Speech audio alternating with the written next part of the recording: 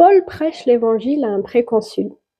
Ce préconsul a l'air de être intéressé, vouloir suivre Jésus. En tout cas, il est réfléchi et il a l'air super intéressé. Ce préconsul traîne avec un faux prophète qui s'appelle, tiens-toi bien, Bar Jésus.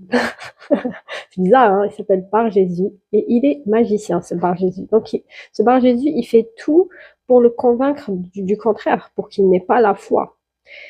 Et c'est marrant parce que Paul, moi je me serais dit, il va chasser le démon. Mais en fait, pas du tout. Il lui dit, homme plein de toute espèce de ruse et de fraude, fils du diable, ennemi de toute justice, ne cesseras-tu point de pervertir les voies droites du Seigneur? Maintenant voici la main du Seigneur est sur toi et tu seras aveugle.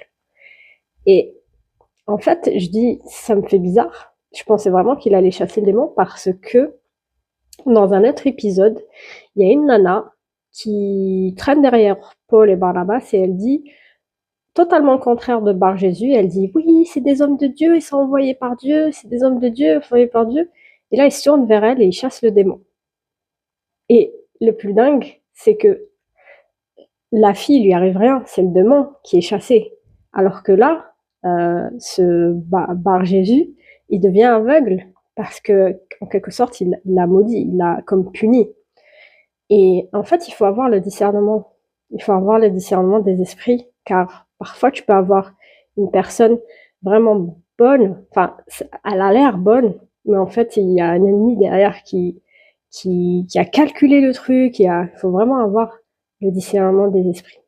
Dis-moi en commentaire si tu es déjà tombé sur, je sais pas, une personne et tu savais à l'intérieur de toi-même ou tu avais comme un témoignage, un discernement que ça va pas.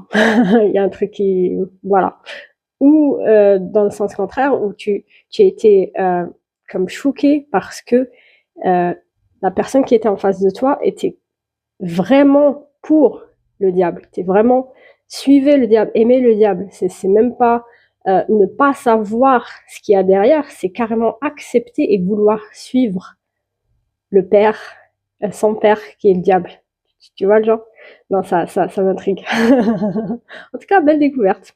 Je connaissais déjà ce texte, mais je l'avais jamais comparé à un autre texte. Voilà. Je te souhaite une bonne journée. Souris, tu es bénie.